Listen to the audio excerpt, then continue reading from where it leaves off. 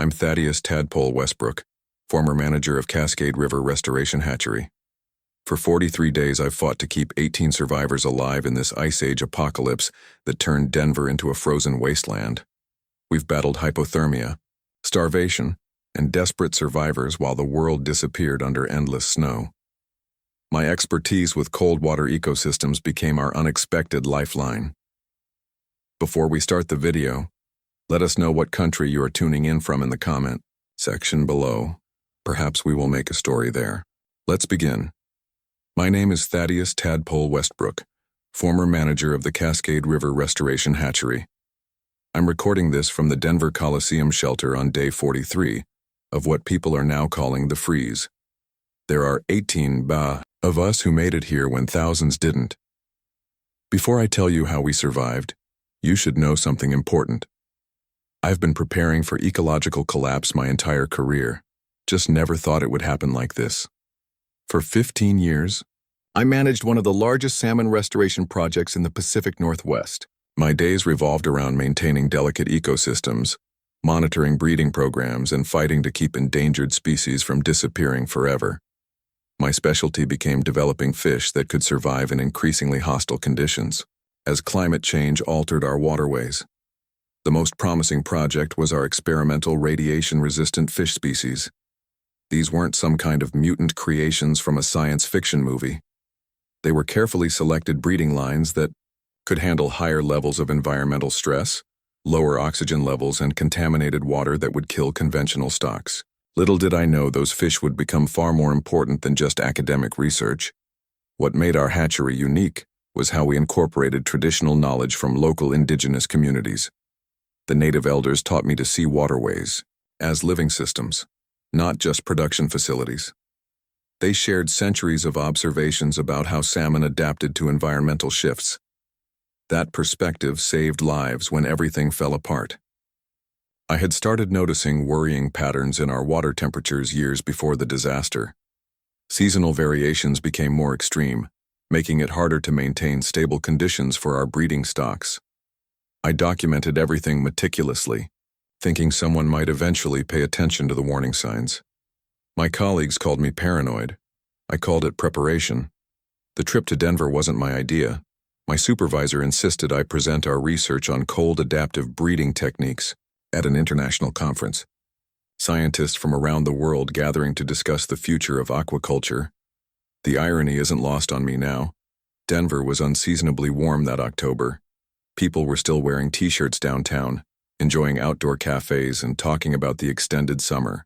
I remember thinking how strange it felt to be discussing water temperature fluctuations while sweating through my presentation. The conference attendees recognized the value of our work, but dismissed the urgency. I showed them data projecting significant disruptions to aquatic ecosystems within 5 years. They nodded politely and asked about commercial applications.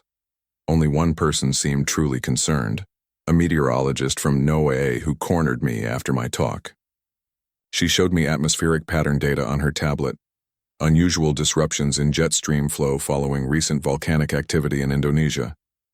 When I asked if it was concerning, she just gave me a look I now understand all too well. It was the look of someone who sees disaster coming but knows nobody will listen. The first reports of the Indonesian eruption came during an afternoon session. Someone's phone buzzed with a news alert, and they mentioned it casually during a coffee break. Just another natural disaster in a world full of them. Nobody seemed particularly concerned. By evening, a second eruption was reported in Chile. Larger, more violent. Some attendees were checking flight statuses, wondering if their returns might be affected by ash clouds.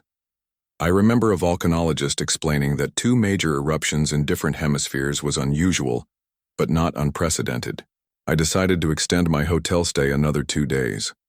Something felt off and flights were already getting canceled nationwide. The hotel clerk argued about my corporate card authorization as news of international flight groundings scrolled across the lobby television. That's when the emergency broadcast cut in. It was the last time I saw a working television. The Yellowstone eruption changed everything. Scientists had been monitoring increased activity for years, But nobody predicted a major event, the emergency. Broadcast featured atmospheric scientists explaining what a volcanic winter meant. Multiple massive eruptions had pumped unprecedented amounts of ash and sulfur dioxide into the upper atmosphere.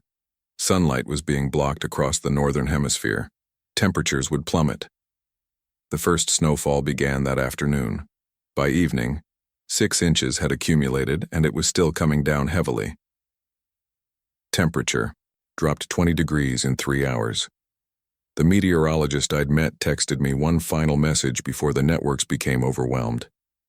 This isn't stopping anytime soon. Find shelter with heat. Streets filled with panicked people within hours. I made my way to a grocery store thinking practically about non-perishable supplies. Inside was chaos.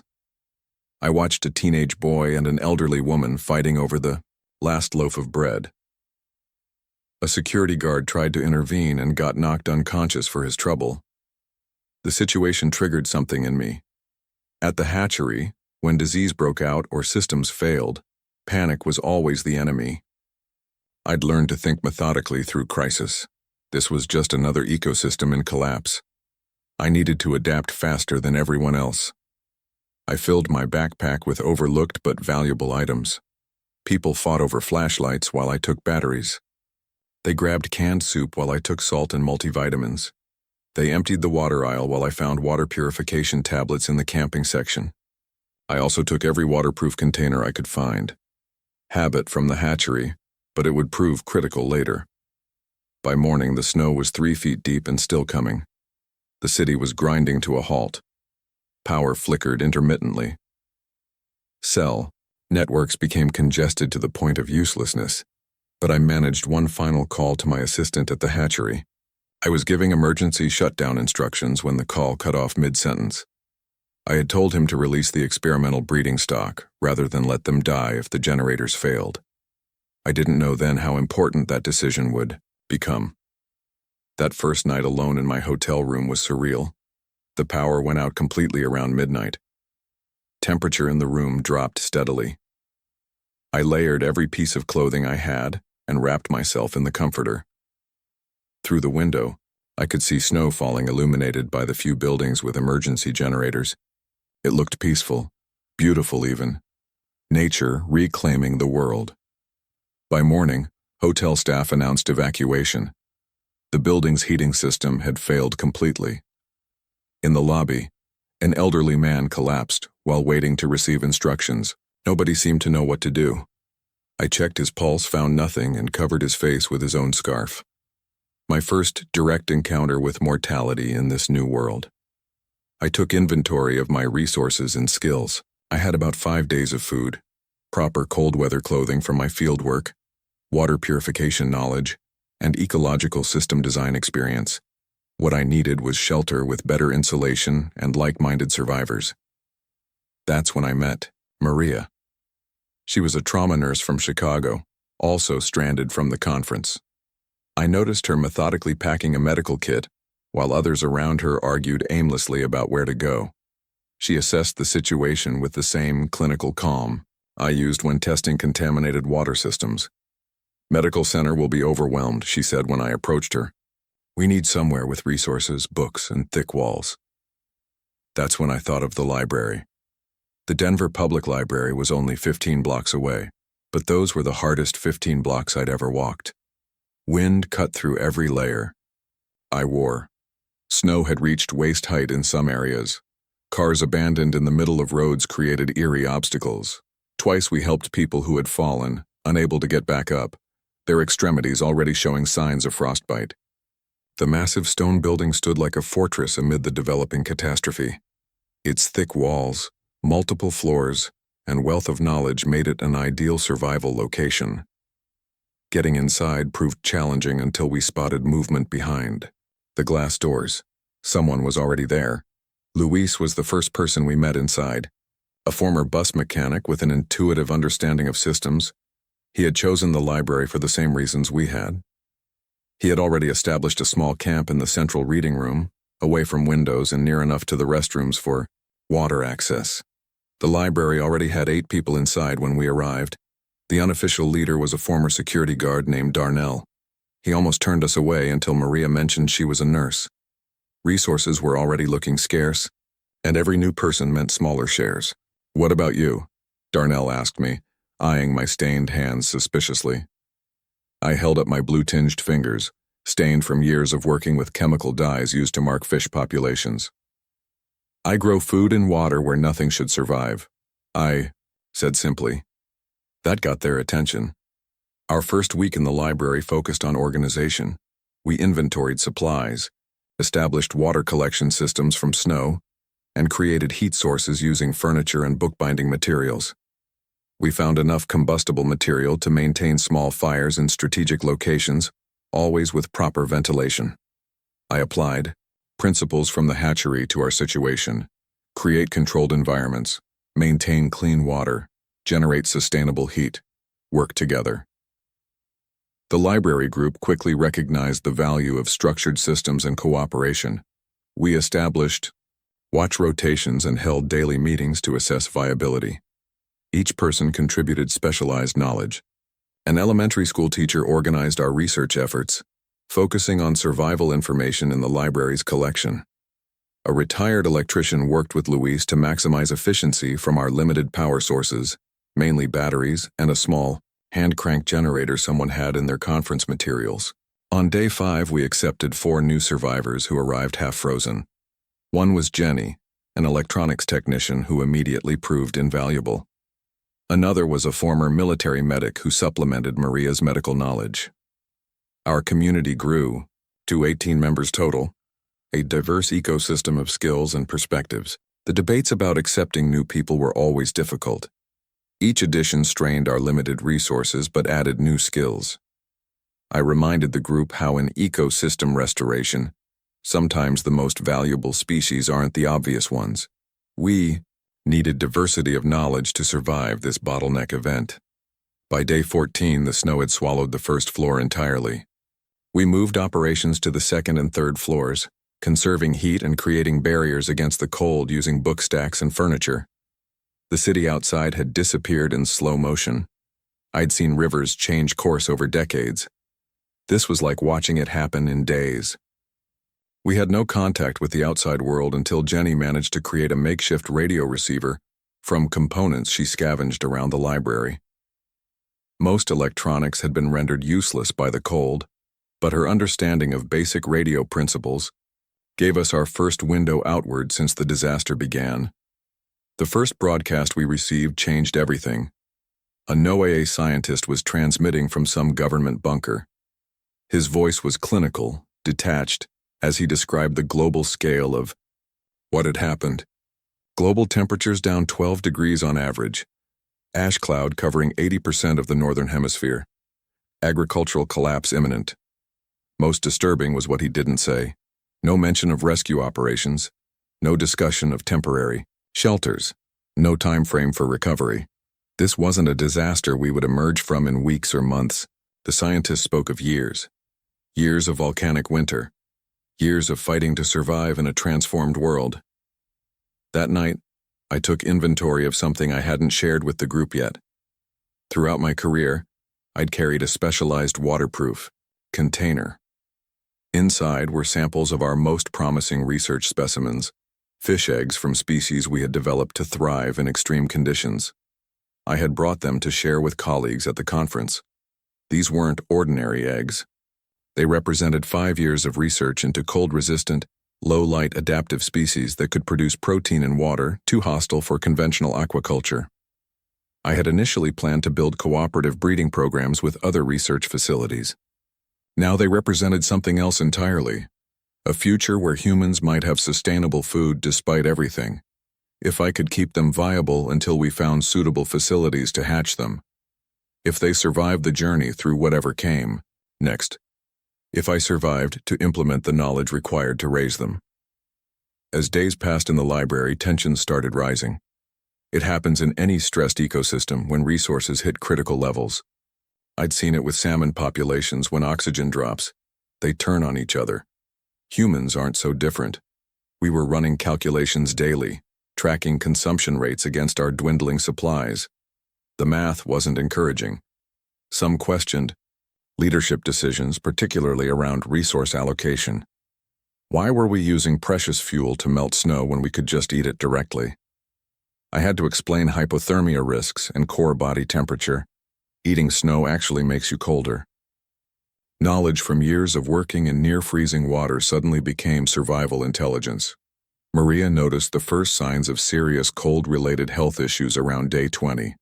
Chilblains, early frostbite symptoms, persistent coughs from breathing cold air. More concerning was the psychological toll. 2 people stopped speaking entirely. Another began hoarding food in his sleeping area. Small betrayals of trust that threatened the entire group. I found myself mediating disputes, using principles from ecosystem management. Every voice matters. Every role has value. Independent parts functioning toward collective survival.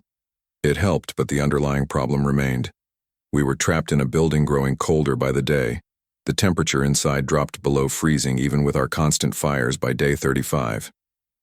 Water froze in our collection containers overnight. Books became rigid, their pages crackling when turned. We huddled together at night, sharing body heat like emperor penguins. The comparison made me smile grimly.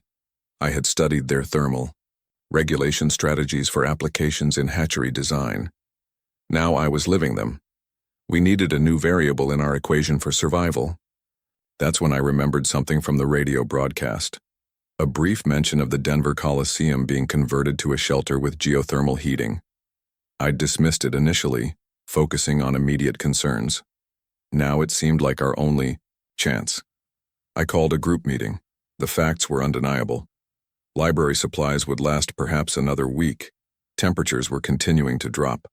Our current shelter, which had saved us thus far, was becoming our tomb. We needed to move. The debate was intense. Some argued that venturing outside meant certain death. Others pointed out that staying guaranteed the same result, just slower. In ecology, there's something called an extinction vortex. When a population becomes too small or resources too limited, collapse becomes inevitable. We were entering that vortex. We need to go to the Coliseum, I finally said. If the broadcasts were accurate, they have geothermal heating from natural hot springs beneath the structure. It's our best chance. The silence that followed was heavy with understanding. Everyone knew the risks. A 5-mile journey through urban terrain transformed into something from the Arctic Circle. We would be exposed, vulnerable, but we would also have hope. Planning began immediately. We used library maps to chart the most direct route, avoiding areas likely to have deep snow drifts based on wind patterns and building placement. Luis and I developed a system for determining snow depth using measuring sticks, critical for avoiding areas where we might become trapped. We created improvised cold weather gear from available materials. Multiple layers were key. We cut up upholstery from library furniture to create insulated overpants. Book covers became improvised face shields when attached to hats. We reinforced everyone's footwear with plastic bags between layers of socks, a technique I'd used during winter maintenance at the hatchery. The selection of what to bring caused heated discussions. Every ounce carried meant more energy expended. Every item left behind might be the one we needed later. We prioritized water, high-calorie food, medical supplies, and tools for creating emergency shelters.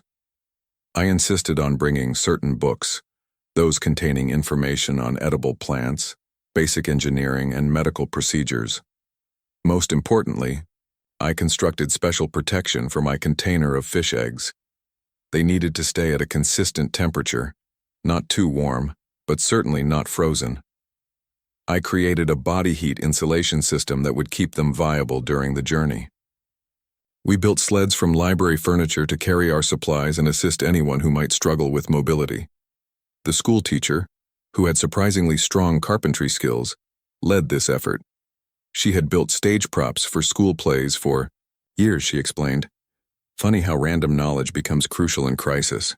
The night before departure, I gathered everyone for a critical knowledge transfer session. There were things they needed to know to maximize survival chances. Techniques for recognizing hypothermia before cognitive impairment make self-diagnosis impossible. methods for creating emergency shelters using urban debris, navigation when landmarks are obscured by snow. Most importantly, I said, we need a system for finding each other if we get separated. I taught them something developed at the hatchery, specific sound patterns that triggered gathering responses in different fish species. It sounds strange, but these calls carried well even through wind and were distinct from typical human sounds. Everyone practiced until they could reproduce them perfectly. 3 short, 1 long, pause, 2 short, I demonstrated. That's our assembly call. If you hear it, respond and move toward it. If you're lost, use it. Some people smiled skeptically, but nobody argued. They had learned to trust my odd knowledge by now. Morning came with an ominous stillness. The library doors were nearly sealed by ice. It took 4 of us to force them open enough to squeeze through. Outside, Denver had vanished. In its place was a white wasteland with only the tallest buildings still visible. The snow had stopped, but the silence was deafening. We moved, in a tight formation, taking turns breaking trail at the front. The physical exertion was intense, each step requiring full concentration. The cold attacked any exposed skin instantly. Breath froze into ice crystals on beards and scarves. Communication became minimal, just essential information passed in short phrases. Navigation proved challenging immediately. Streets were indistinguishable from sidewalks or parks. We relied on tall buildings as wayfinding markers, moving from one to the next like ancient sailors following coastlines. I found myself drawing on river navigation principles, how to read current patterns, identify obstacles before encountering them, maintain direction despite limited visibility. The first sign of other life came unexpectedly. Urban coyotes had adapted quickly to the new conditions. We spotted 3 moving confidently across what had once been a city park. They watched, us with calculating eyes, but kept their distance. Predators assessing other predators. They look healthy, Luis whispered. Must be finding food somewhere. The implication wasn't lost on anyone. Something was still alive out here, sustaining these animals. Whether that was encouraging or concerning remained unclear. Midway through our second hour of travel, Darnell noticed something concerning. Boot prints appearing alongside our trail. Someone was shadowing us just out of sight. Given the pristine nature of the snow, these had to be recent. Someone was following at a careful distance, matching our pace. We adjusted formation, placing more vulnerable members in the center. Maria and I exchanged glances. We had prepared for environmental dangers but had somewhat naively hoped desperation wouldn't drive other survivors to predatory behavior. Another ecological principle proven true. When resources become scarce enough, new behaviors emerge. The confrontation came near what had once been a major intersection. 3 men and a woman stepped out from behind a snow-covered bus shelter. All wore improvised winter gear similar to ours. All carried makeshift weapons. That's far enough, their apparent leader called. He was tall, gaunt, with eyes that had seen too much in too short a time. What's in the sleds? I stepped forward slowly, hands visible, non-threatening. Food, medical supplies, books, knowledge. Knowledge, he repeated, the word hollow in the frozen air. I'm a fish hatchery manager, I explained. I know how to create sustainable food systems in hostile environments. She's a trauma nurse. I gestured toward Maria. He can repair almost any mechanical system. I nodded at Luis. We have skills worth more than our supplies. For a moment I thought I was reaching him. Something flickered behind those empty eyes. Recognition of the value in cooperation, perhaps. Then it was gone. Can't eat knowledge, he said, raising his weapon, a metal pipe with sharpened end. We need what you're carrying now. What happened next unfolded with frightening speed. Jenny threw something that created a bright flash, a camera with functional flash she'd been saving. The momentary distraction allowed Darnell to tackle the leader. The others from their group moved in. Our group scattered in multiple directions as planned for exactly this scenario. I found myself running with Maria and 3 others, pulling one of the smaller sleds. Snow hampered every movement, but fear and adrenaline provided necessary fuel. We ducked between buildings, used abandoned vehicles as cover, and eventually lost our pursuers in the maze of white-covered structures. When we finally stopped to catch our breath in the lobby of a former hotel, reality set in. We were separated from the others, with limited supplies, in a frozen wasteland.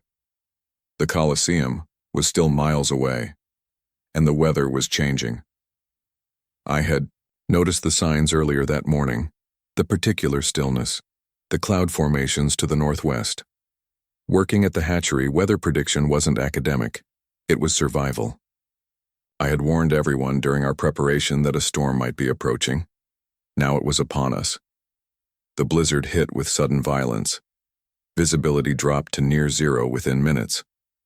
Wind howled between buildings, creating tunnels of driving snow. Communication became impossible over the roaring storm. We were 5 people huddled in an increasingly cold lobby, with no way to find the others. "We need shelter," Maria shouted over the wind. "Real shelter, not this." She was right.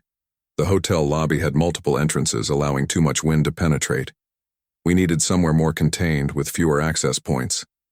I remembered passing a coffee shop attached to the hotel. It would have smaller windows, likely a back room or storage area. We moved carefully through frozen revolving doors into an adjacent space. The coffee shop was exactly as I'd hoped, a smaller area with a storage room behind the counter. We barricaded ourselves inside this innermost room, using shelving to block the single door. It wasn't warm by any definition, but it was significantly less cold without the direct wind. Hours passed with no change in the storm's intensity. We shared food sparingly, conscious of our uncertain future. Maria checked everyone for signs of frostbite or hypothermia. I worried constantly about my container of fish eggs, checking the insulation system repeatedly. "Will they survive?" Maria asked quietly, nodding toward the container. "They're designed to handle extreme conditions," I replied. "Better than we are in some ways." "Tell me about them," she said.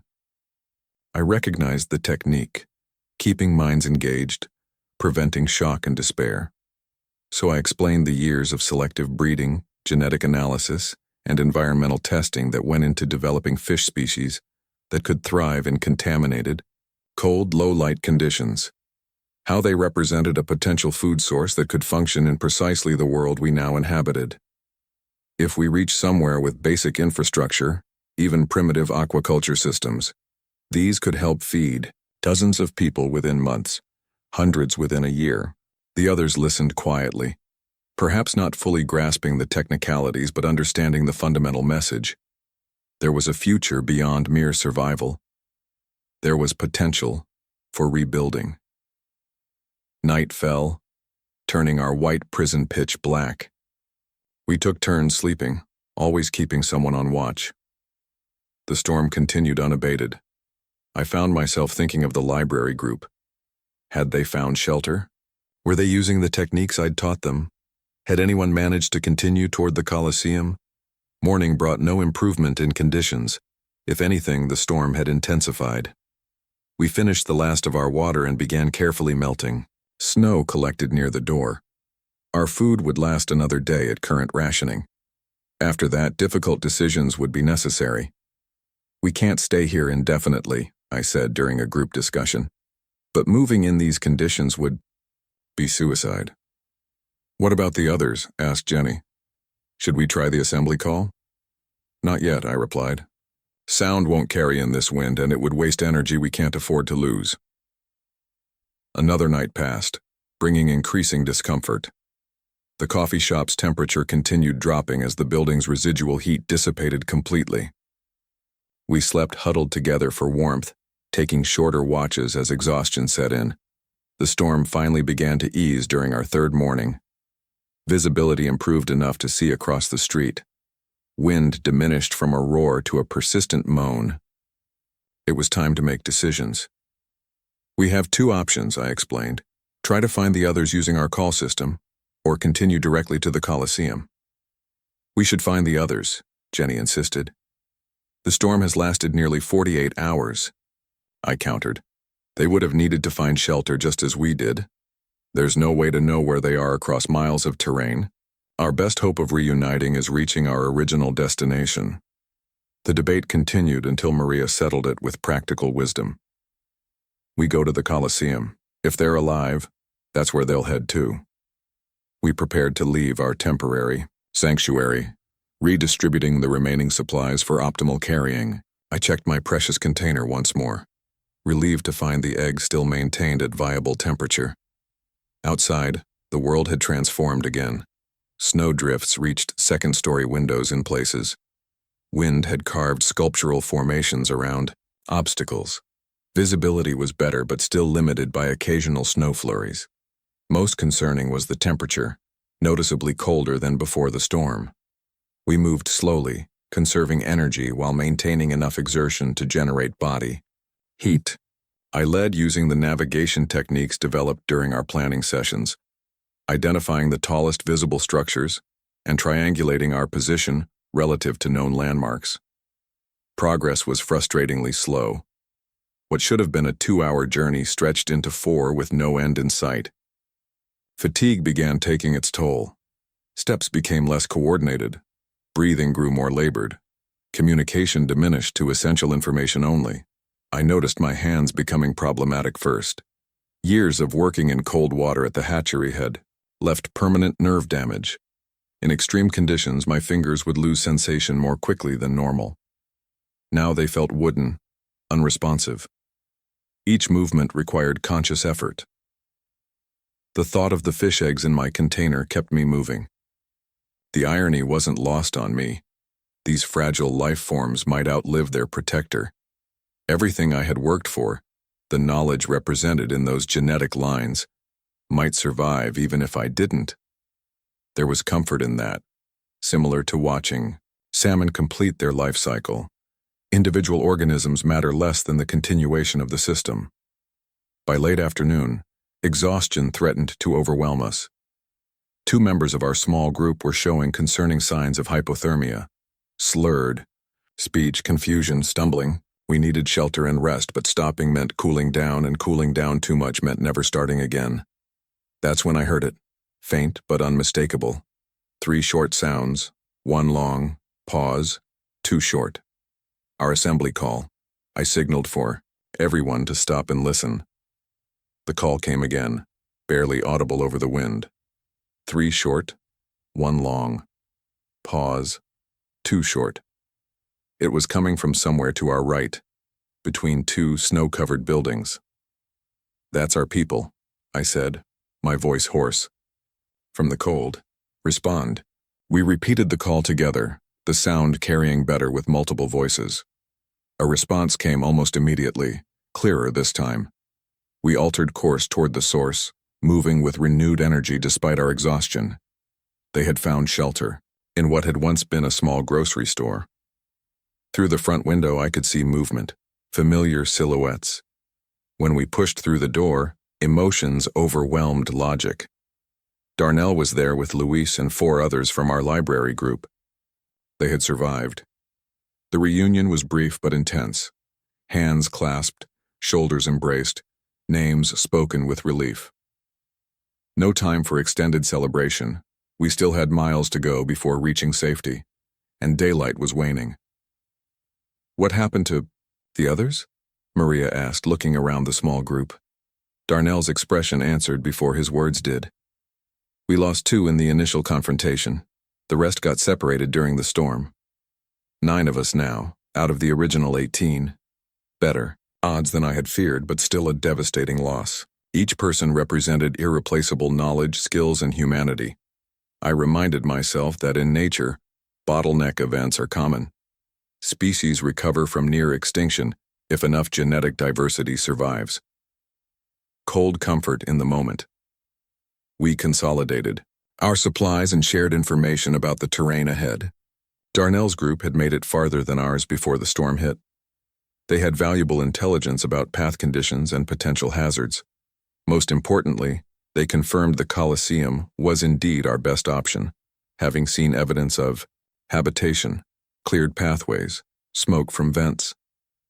We should move immediately, I said, checking the rapidly darkening sky. Travel will be easier in the remaining light. No one argued. We had all learned the cruel mathematics of survival. Emotions couldn't overrule practical necessities. We organized quickly, assigning positions based on strength and physical condition. Those showing signs of hypothermia were placed in the middle of the formation where they could benefit from the windbreak created by others. Outside, the temperature continued dropping as sunset approached. My hands were becoming increasingly problematic. I could see them moving, could feel pressure when they touched something, but sensation was disappearing rapidly. Old damage from years working in frigid water at the hatchery made me especially vulnerable to cold injuries. I rotated to a middle position in our formation, concentrating on maintaining my core temperature. The precious container with the fish eggs remained secured against my body, benefiting from what heat I could generate. I found myself talking to them silently. Survive. Adapt. Continue. The mantra of life itself. We pushed forward through deepening twilight, using the last visible light to navigate. Buildings loomed like ghosts through occasional snow flurries. The only sounds were our labored breathing and the crunch of snow beneath our feet. Everyone understood that stopping now, in the open, would be deadly. That's when I realized something was wrong with our navigation. We should have reached a major intersection by now, one with a distinctive hotel on the corner. Instead, unfamiliar structures surrounded us.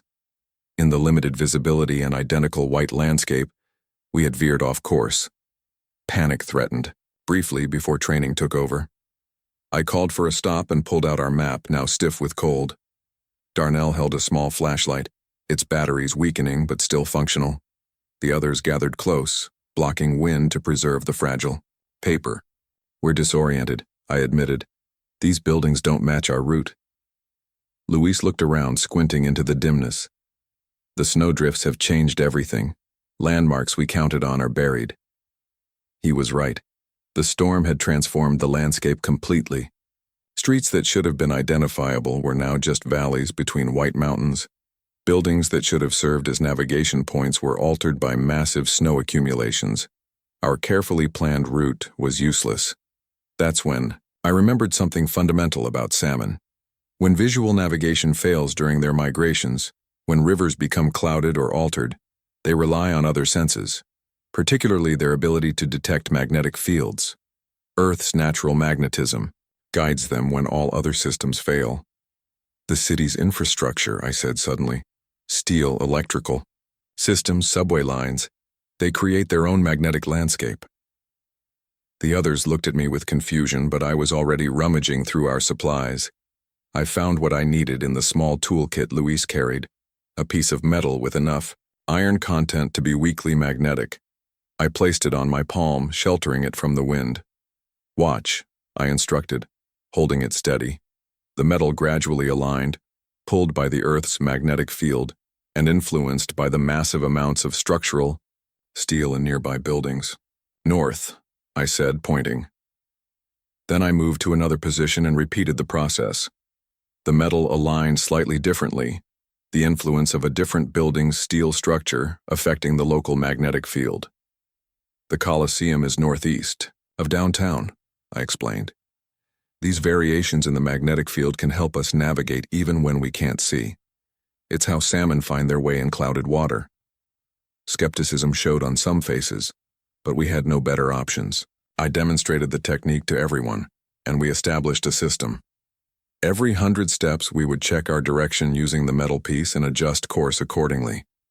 It wasn't perfect, but it gave us structure and purpose in the featureless, white expanse.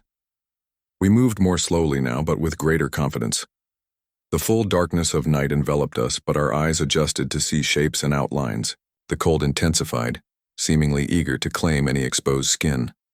We rotated positions frequently, sharing the burden of breaking trail through deep snow. Hours passed in grueling sameness. Step, check, adjust. Step, check, adjust. My world narrowed to the repetitive motion of moving forward, the constant battle against the cold, the rhythmic checking of our direction. My hands had moved beyond pain into a dangerous numbness. I knew frostbite was becoming a real possibility, but pushed the thought away. Movement was life. The first glimpse of the Colosseum emerged suddenly from the darkness, a massive shape different from the rectangular buildings surrounding it. Several of us spotted it simultaneously, a collective recognition that momentarily energized our exhausted group. "There," Luis whispered, his voice barely audible. "That's it." We altered course directly toward the structure, abandoning our magnetic navigation now that we had visual confirmation.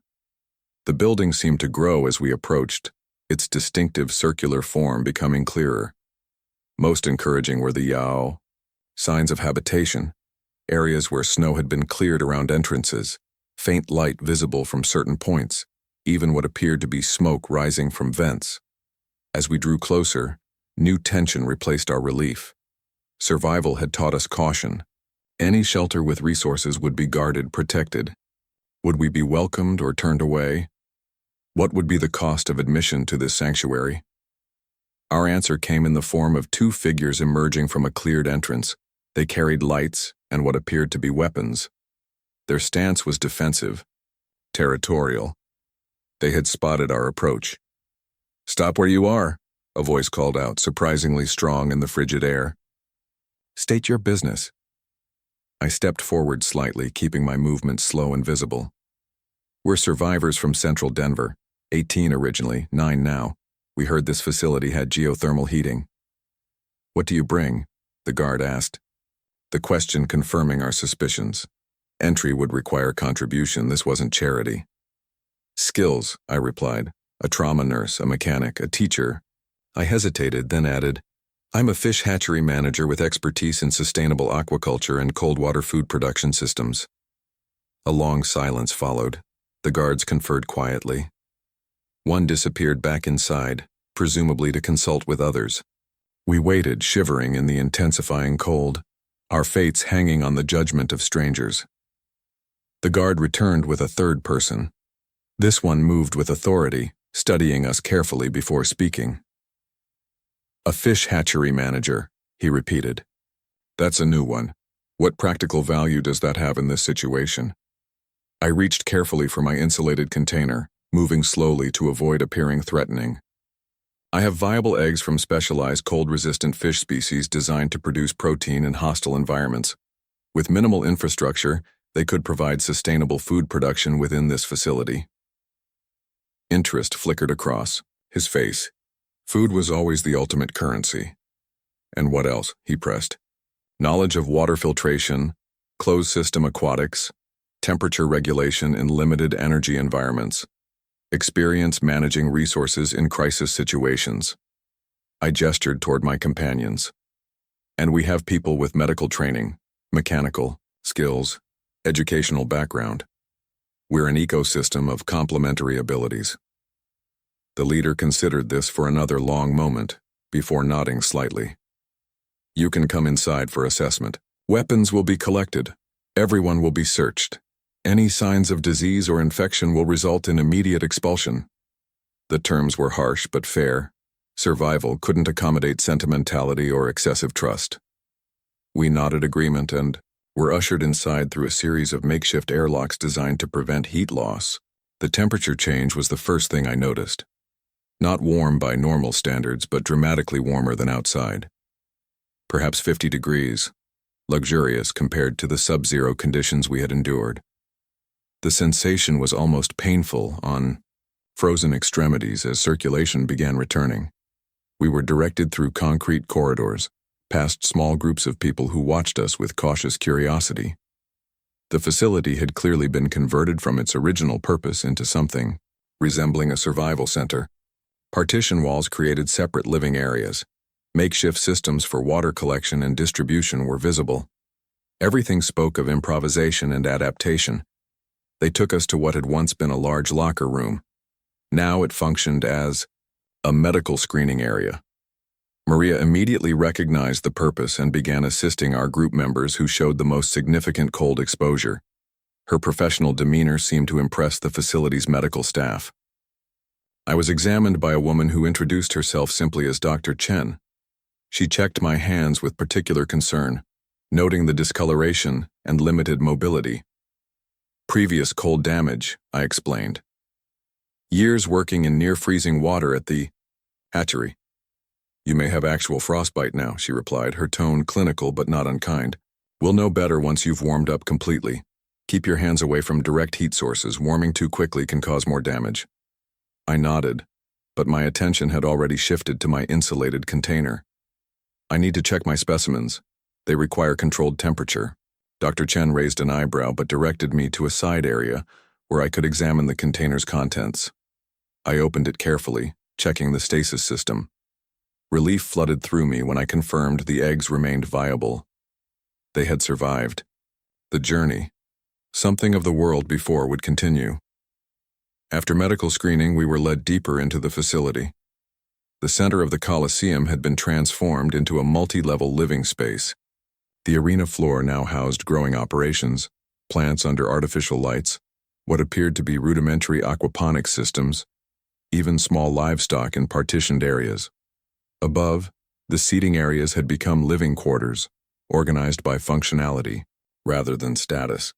Most remarkable was the source of heat. Natural hot springs beneath the structure had been tapped, their geothermal energy harnessed through improvised but effective systems. Steam rose from certain areas, carefully controlled and distributed. It wasn't distributed evenly. Some areas were noticeably warmer than others, but the entire facility maintained temperatures that made survival possible. The leader who had admitted us, now introducing himself as Coordinator Vega, explained the basic structure of their community. 327 survivors, organized into functional groups based on skills and abilities. Resources, allocated according to contribution and need. Decision-making through a council of section representatives. Rules enforced by a security team comprised of former police, military, and related professions. We prioritize skills that ensure continued survival, Vega explained. Energy technicians, medical personnel, food production specialists, security. Everyone contributes according to their abilities. I found myself analyzing their system as I would an aquatic ecosystem. Inputs and outputs, energy flows, feedback loops. They had created something remarkable under impossible circumstances, but I could already see inefficiencies and potential problems. Their aquatic food production, in particular, was primitive and underutilized. I'd like to examine your water systems, I said. My expertise could potentially increase your protein production significantly. Vega studied me with newfound interest. How significantly? If my fish eggs are viable in your environment, and with some adaptations to your current systems, you could potentially double or triple your aquatic food output within 6 months. Sustainable, ongoing production with minimal input requirements. For the first time, I saw something beyond cautious assessment in his expression, something like hope. We'll discuss possibilities tomorrow, he said. For now, your group needs rest and recovery. You'll be assigned temporary quarters in Section E. There's a community meal in 3 hours. Basic rules will be explained by your section leader. We were led to a partitioned area of former seating, now converted to small living units. Simple, but functional. Sleeping platforms with actual bedding. Storage. Containers for personal items. Most importantly, consistent warmth from the geothermal system. After 43 days of progressive cold, it felt miraculous. Our group gathered in what served as a common area between individual spaces. Despite exhaustion, we needed to process what we had found and discuss our situation. 9 survivors from the original 18, each carrying individual trauma from what we had experienced, yet bound by shared ordeal. We made it, Luis said simply, the understated words carrying enormous weight. Maria was already in professional mode, checking each person again for signs of cold injury, now that full light and warmer temperatures allowed better assessment. Everyone needs hydration and rest, real nutrition as soon as possible. Mental health monitoring in the coming days. I nodded agreement, but my mind was already racing ahead. The community we had found was surviving, but with limited vision for the future. They had created a holding pattern, not a regenerative system. My expertise could change that. Tomorrow, I want to see their water systems, I said. If the geothermal heat is being properly utilized, we could establish significant aquaculture operations. Sustainable protein production would change everything for this community. Darnell looked skeptical. You really think your fish eggs survived all this? I opened my container and showed him the specialized stasis system inside. They're designed for extreme conditions. Cold-resistant, pollution-tolerant, low-light, adaptive. 5 years of research to create species that could thrive where normal aquaculture would fail. Jenny leaned closer, examining the technology with professional interest. Reminds me of backup systems we designed for server farms. Redundant, fault-tolerant. Exactly, I agreed. Nature's been designing redundant systems for millions of years. We just adapted the principles. The conversation continued, each person processing our new reality differently. Some focused on immediate concerns, rest, food, medical attention. Others already looked toward integration into this new community. A few expressed concern about those we had lost, wondering if any might still find their way here. I found myself oscillating between exhausted relief and intense planning. We had reached safety, yes. We had survived 43 days of progressive cold, dwindling resources, and dangerous travel. But survival wasn't enough. Not for me. Not after everything I had learned about ecosystem collapse and regeneration. This community had the foundations of something sustainable, something that could preserve human knowledge and life until the world outside became habitable again. But they needed more than just holding patterns. They needed growth systems, regenerative cycles, adaptation mechanisms. As I finally settled onto my assigned sleeping platform, my mind filled with designs for integrated aquaponics, calculations for optimal protein production, training programs to pass specialized knowledge to others. Tomorrow would begin the real work. Not just surviving the Ice Age apocalypse, but building something new within it. The fish eggs in their specialized container represented more than just potential food. They represented continuity. Life finding a way through catastrophic change.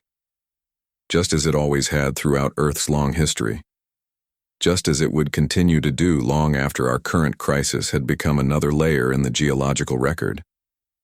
I closed my eyes, sleep finally overwhelming planning. 43 days since the world froze. Day 1 of something new beginning. I woke to the unfamiliar sensation of warmth. After so many weeks of progressive cold, the feeling was almost disorienting. For a moment I couldn't remember where I was. Then reality settled back into place. The Colosseum. We had made it. Against impossible odds, we had found sanctuary. My hands ached as circulation continued returning. Dr. Chen had been right. I had minor frostbite on several fingers. Nothing severe enough to require amputation, thankfully, but the damage would take weeks to heal completely. Another permanent reminder of our journey, adding to the blue-stained fingernails from years of working with hatchery dyes. The first community meal was a revelation. Actual hot food, not abundant by pre-disaster standards, but compared to our recent experience, it seemed like a feast. Root vegetables grown in geothermally heated growing chambers, some kind of protein that I suspected was rabbit. Bread made from stored grain. Most precious was a vitamin supplement, distributed in carefully measured portions. I watched my companions from the library as they ate.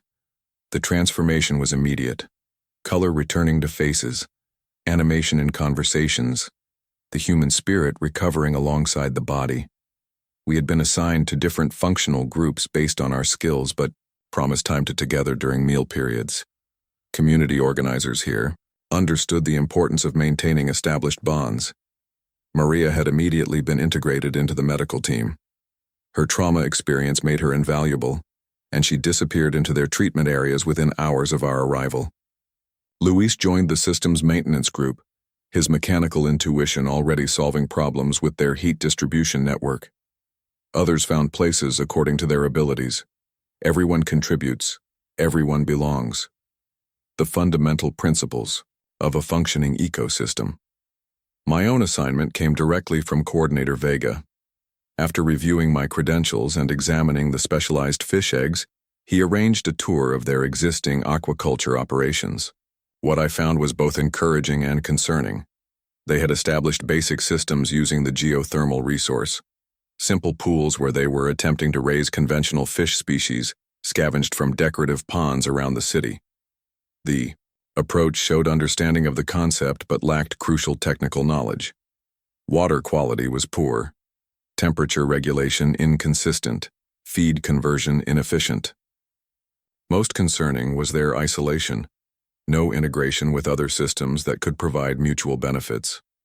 Your current setup is using perhaps 20% of its potential capacity, I explained to the team leader, a former restaurant owner, named Rivera, who had basic knowledge of food systems but no specialized training in aquaculture. We're doing the best we can with limited expertise, he replied defensively. You've done remarkably well, I assured him.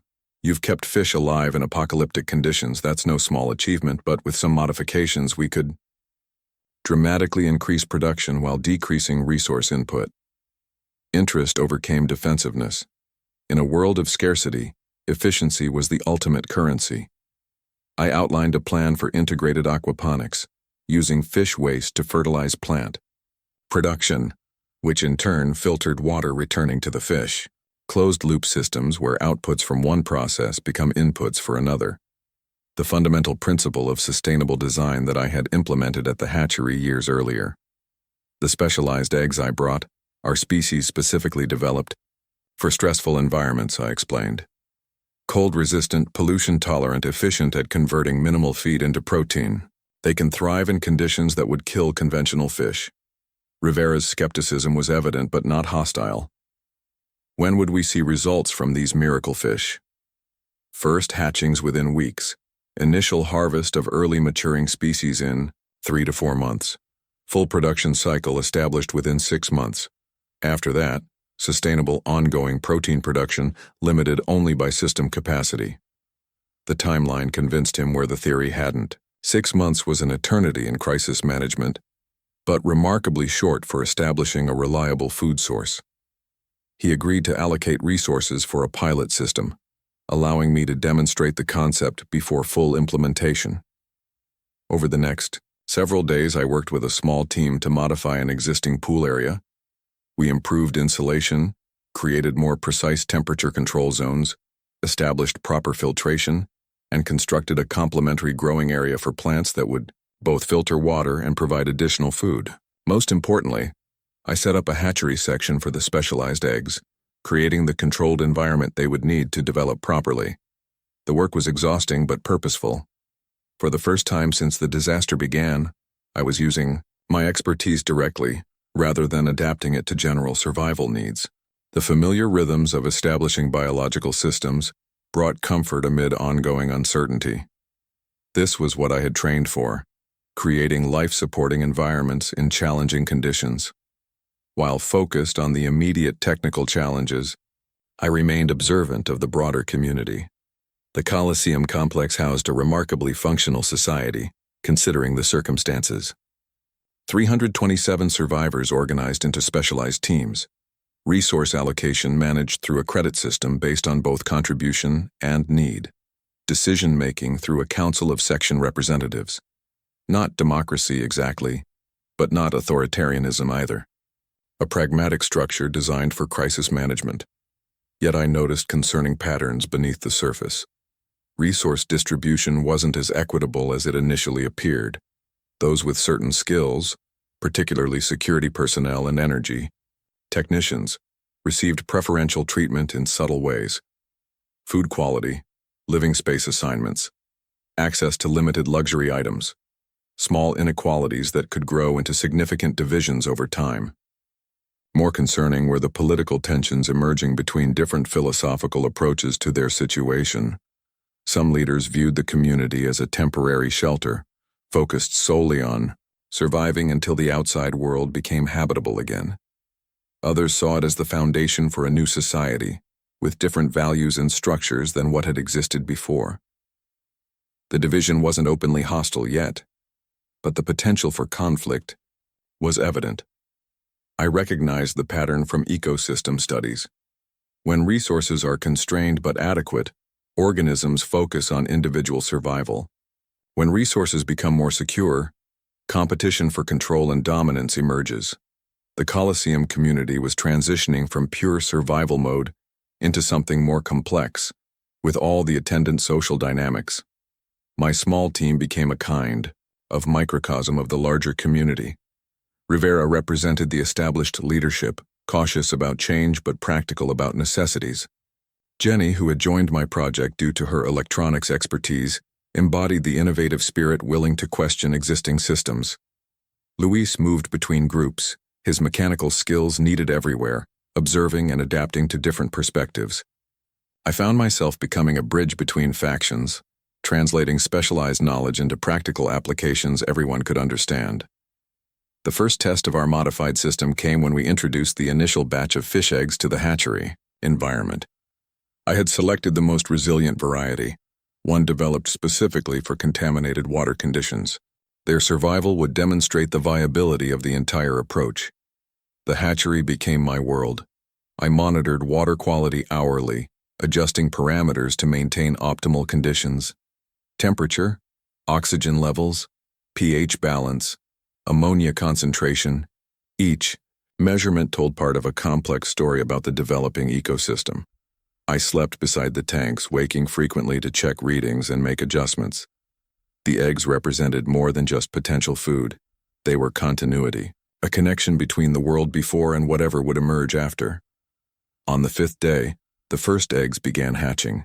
Tiny, translucent creatures emerging into their controlled environment, unaware of the frozen apocalypse outside or their significance to human survival. I watched them with wonder that never diminished despite decades working in hatcheries. Life continuing, adapting, finding a way forward. "They're so small," Rivera observed, peering into the tank. "Hard to believe these will help feed hundreds of people." "Every salmon that returns to spawn begins this way," I replied. "Size isn't the measure of potential." News of the successful hatching spread quickly through the community. People began finding reasons to visit the aquaculture section, seeking tangible evidence of progress. Something new beginning amid so much loss.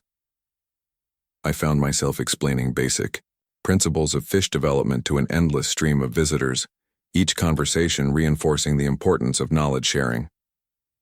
2 weeks after our arrival, Coordinator Vega called a community council meeting to discuss long-term planning. Each section sent representatives to present current status and future needs. The meeting revealed both the remarkable achievements of the community and the significant challenges still facing us. The energy section reported stable geothermal output, but concerns about mechanical component failures in the distribution system. Medical team noted declining medication supplies for chronic conditions, but success treating cold-related injuries.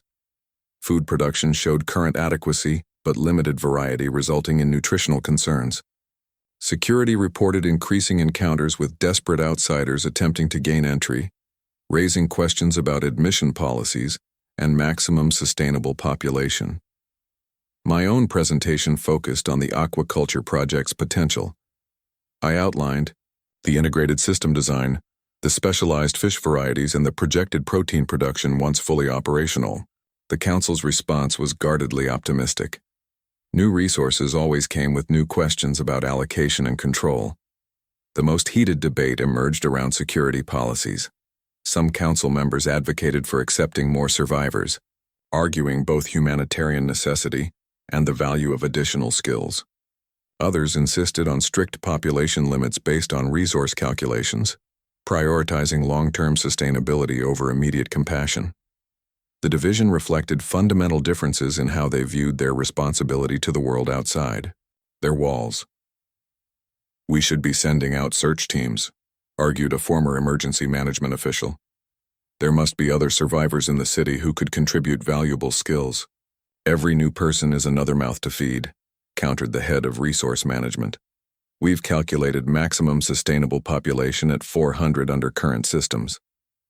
The debate continued without resolution, eventually tabled for future discussion. I recognized the pattern from conservation management debates: carrying capacity versus moral obligation, short-term versus long-term thinking. There were no easy answers, only difficult trade-offs.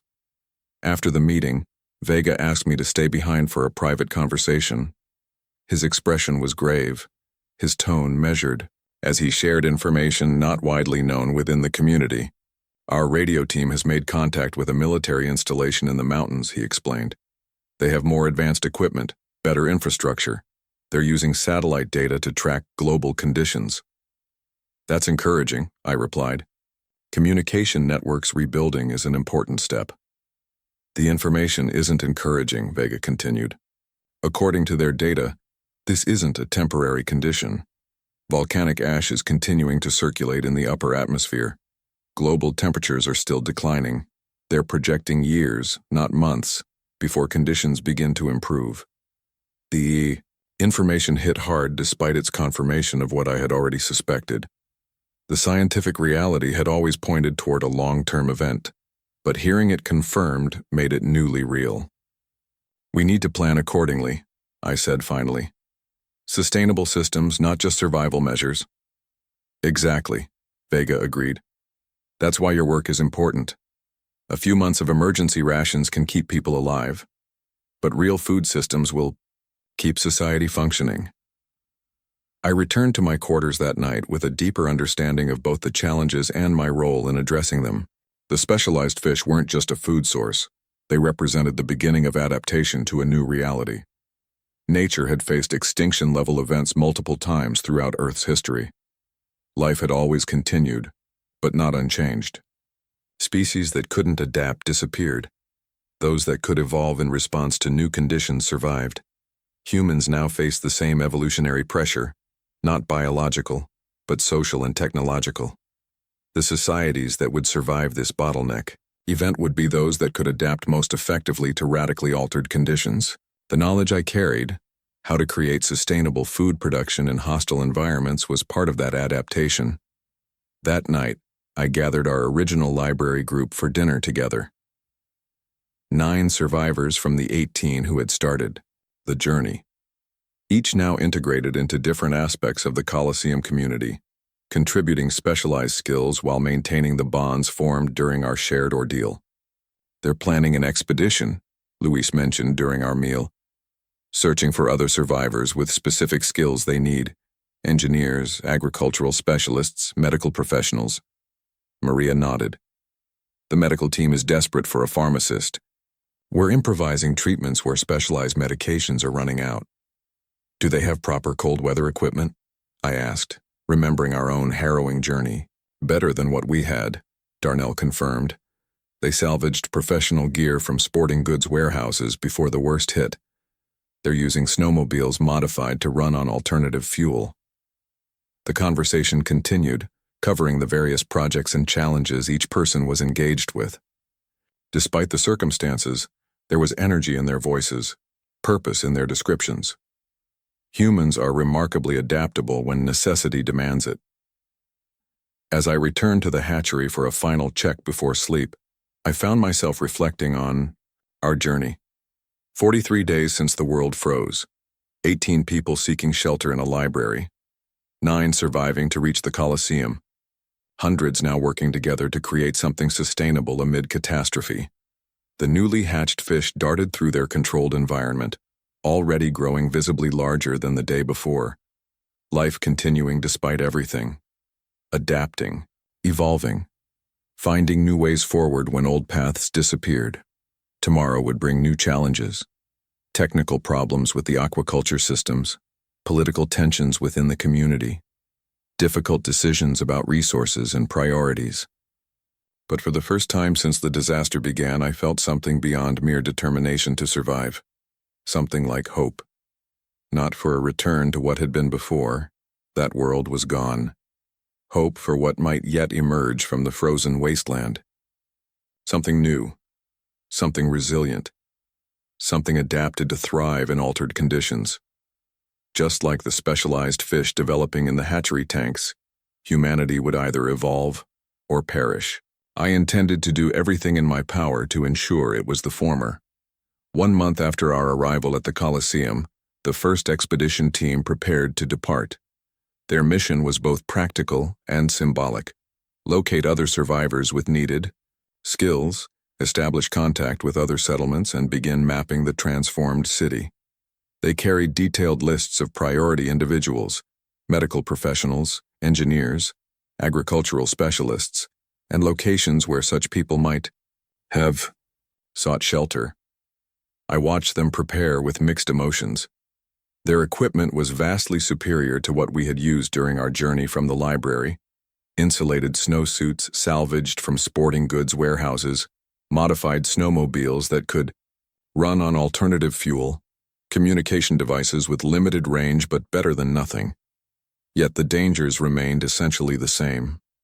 The unforgiving cold, the unpredictable weather, the desperate survivors with nothing left to lose.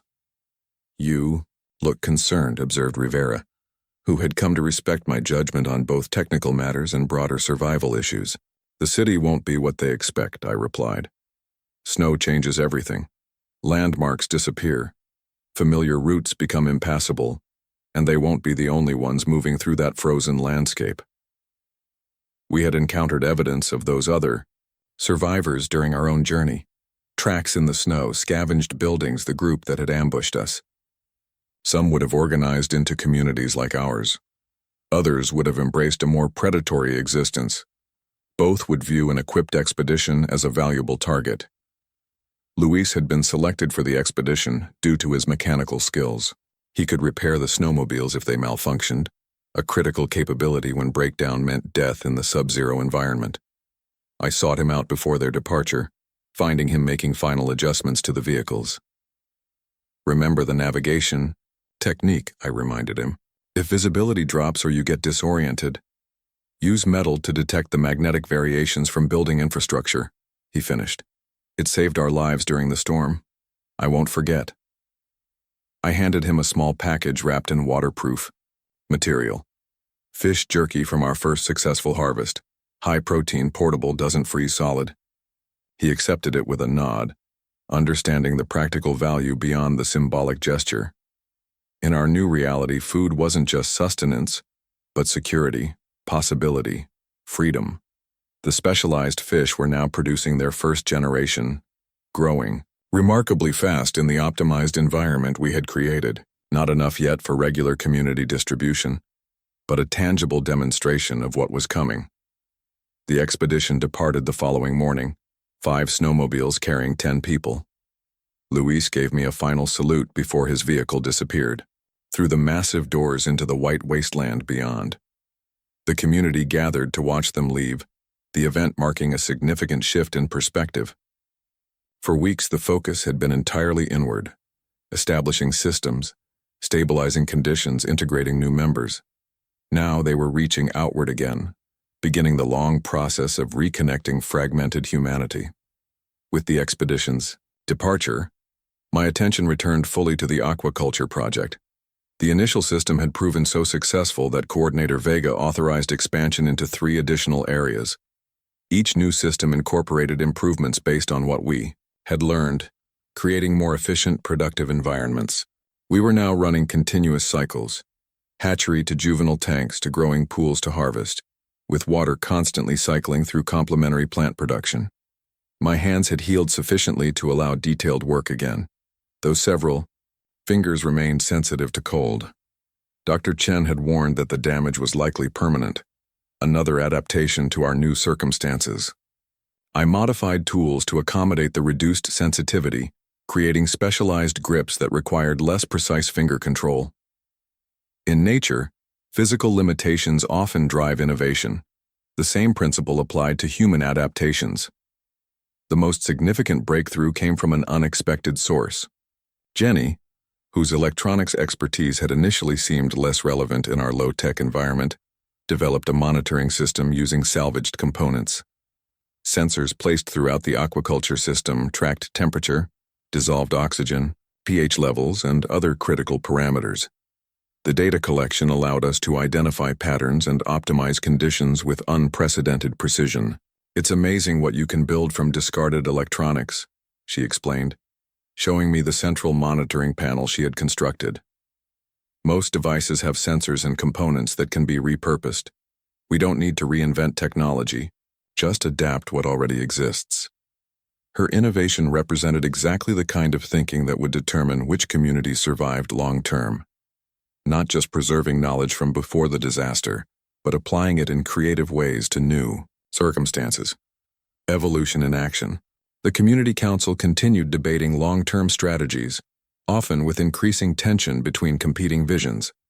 Some members advocated for maximizing current population and resources, arguing that immediate survival of as many people as possible was the highest priority. Others pushed for stricter resource management focused on sustainability over generations, even if that meant harder choices in the present. I found myself increasingly drawn into these discussions due to the central importance of food production. The aquaculture systems represented a scalable protein source that could potentially support different population models, making my perspective valuable to all factions. I tried to maintain scientific neutrality while providing factual assessments of what different approaches would mean in practical terms. With current designs operating at full capacity, we could sustainably support approximately 500 people, I explained during one particularly heated debate. Expanding into additional areas could increase that number to perhaps 700, but would require significant resource allocation in the short term. And if we prioritized immediate production over sustainability, asked a council member who favored accepting more survivors. Short-term gains, long-term collapse, I replied bluntly. The same pattern that's played out in every fishery worldwide when exploitation exceeds regenerative capacity. We'd have more food for perhaps 6 months, then progressive system failures and population crash. My answer satisfied neither faction but reinforced the fundamental biological realities constraining our options.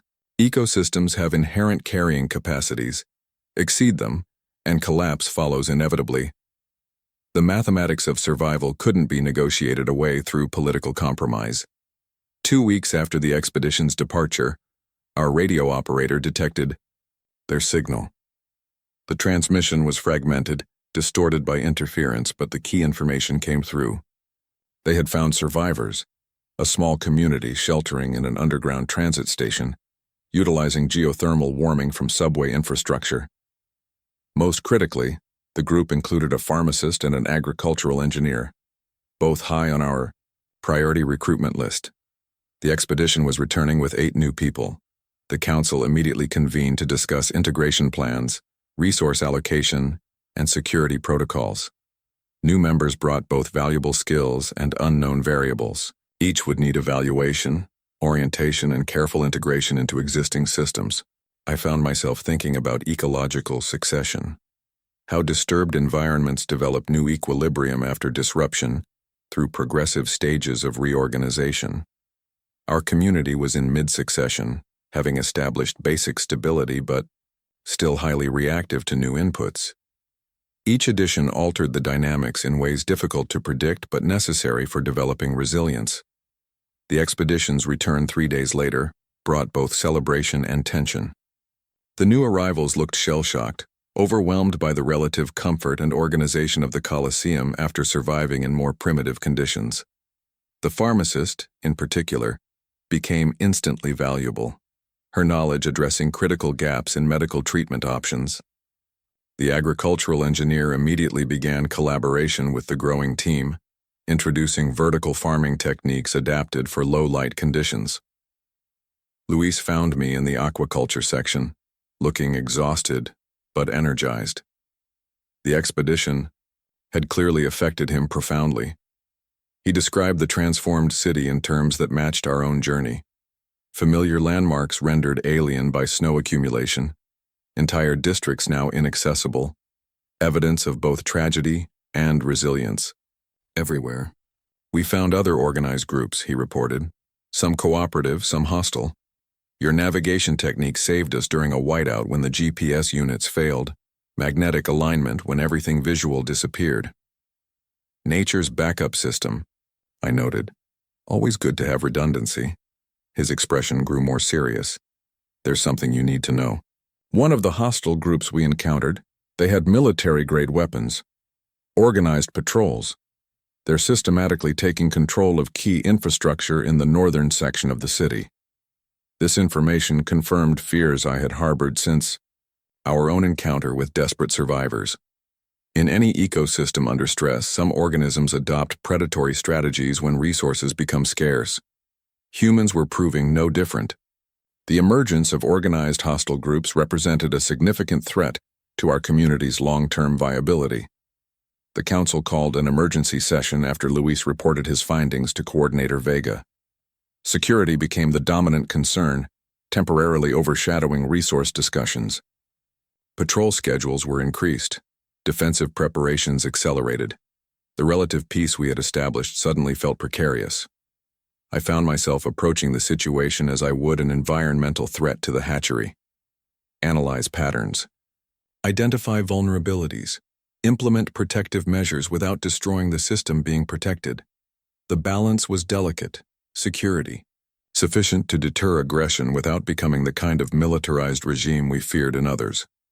The following weeks brought increased structure to the community. Regular patrols, controlled access points, strategic resource storage in multiple locations rather than centralized vulnerability, training programs for emergency response.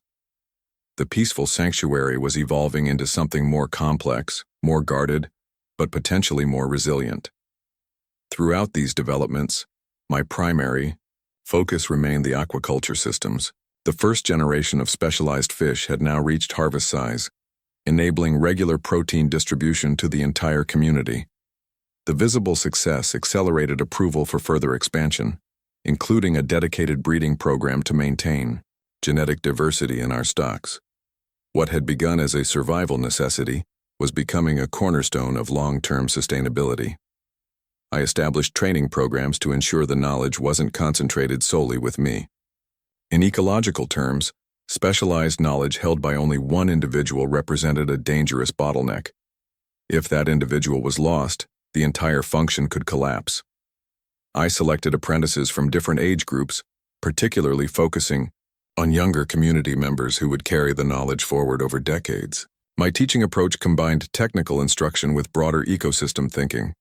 They needed to understand not just how to maintain water quality or monitor fish health, but why integrative systems design mattered, how outputs from one process became inputs for another, how redundancy and diversity created resilience, principles that applied far beyond aquaculture to community design itself. Every hatchery is a lesson in interconnection, I explained to my students. Water quality affects fish health. Fish waste feeds plants. Plants filter water. Everything connects to everything else. The same principles apply to human communities. The educational component expanded beyond aquaculture as other specialists recognized the same vulnerability in their concentrated knowledge. The medical team established training for emergency care. Engineering specialists taught basic infrastructure, maintenance. Agricultural experts shared cultivation techniques. Knowledge preservation became as important as food production in our long-term planning. 40 days after our arrival at the Coliseum, Coordinator Vega called a community-wide assembly. Such gatherings were rare due to security concerns about having the entire population in one location. The agenda suggested significant announcements regarding community direction and organization. The arena floor, now converted to growing areas, couldn't accommodate everyone. Instead, we gathered in sections of the upper levels, organized by functional teams. I sat with the food production group, which had expanded significantly as the aquaculture systems proved their value. Rivera had assembled detailed reports on our current production and projections for the coming months. Vega began with a comprehensive assessment of their situation. The radio team had established contact with multiple survivor communities across the region, creating the beginning of an information network. The military installation in the mountains continued providing satellite data on global conditions.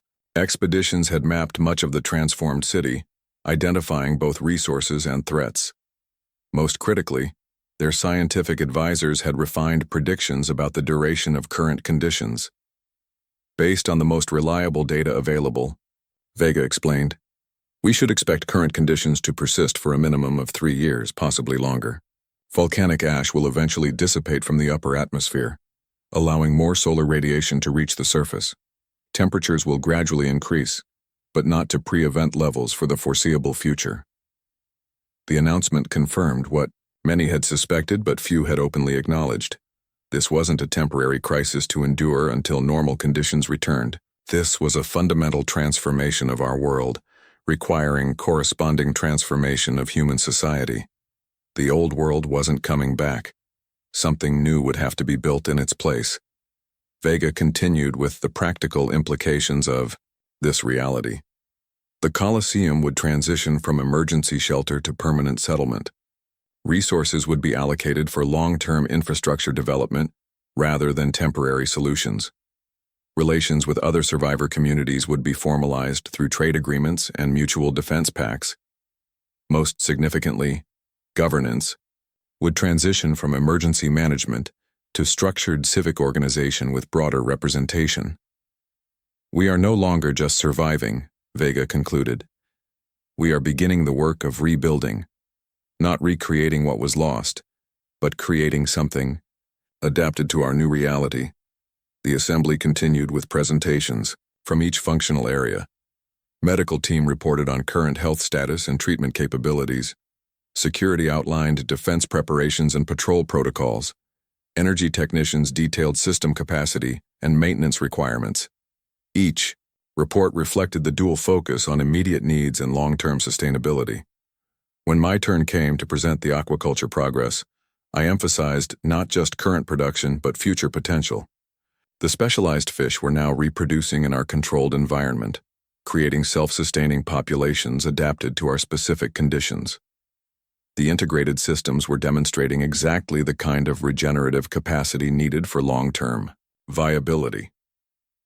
Nature has faced extinction-level events multiple times throughout Earth's history, I concluded. Life continues because it adapts. What we're doing here isn't just maintaining what remains of the old world. We're actively adapting to the new one. The fish developing in our systems aren't the same as their ancestors. They've been selected for resilience, for thriving in conditions that would have been considered hostile before. They represent evolution in action. We need to think of human society the same way. The assembly concluded with announcement of the first scout team that would attempt longer-range exploration beyond the immediate city. Their mission would be to verify reports of other settlements, assess regional conditions, and begin mapping potential trade routes. The implications were significant, looking beyond immediate survival toward rebuilding interconnected human society. Later that night, I sat with my original library group, now expanded to include several new friends made since our arrival. We had developed the habit of gathering weekly to maintain our bonds amid our increasingly diverse responsibilities throughout the community. This gathering had special significance following the day's announcements. 3 years minimum, Maria reflected. That's no longer an emergency, that's a new normal. Darnell nodded. Change is everything in terms of planning.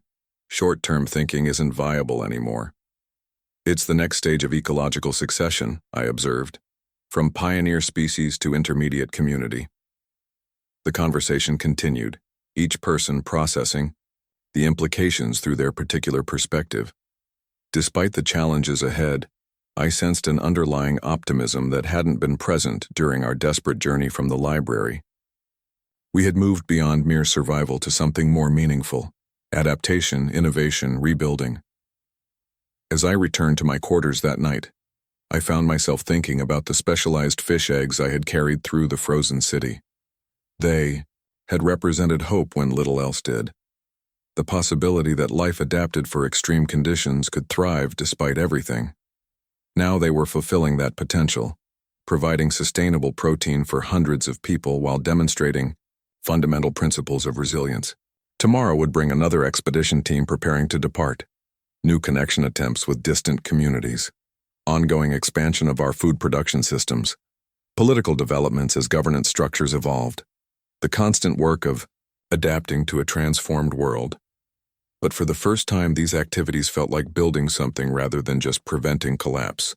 I am Thaddeus Tadpole Westbrook, former manager of the Cascade River Restoration Hatchery. I survived 43 days of the Ice Age apocalypse. Now I'm helping build whatever comes next, Life continues, adapts, evolves. If there's one thing I learned from decades watching salmon fight impossible odds to complete their life cycle, it's this: nature always finds a way forward. So will we.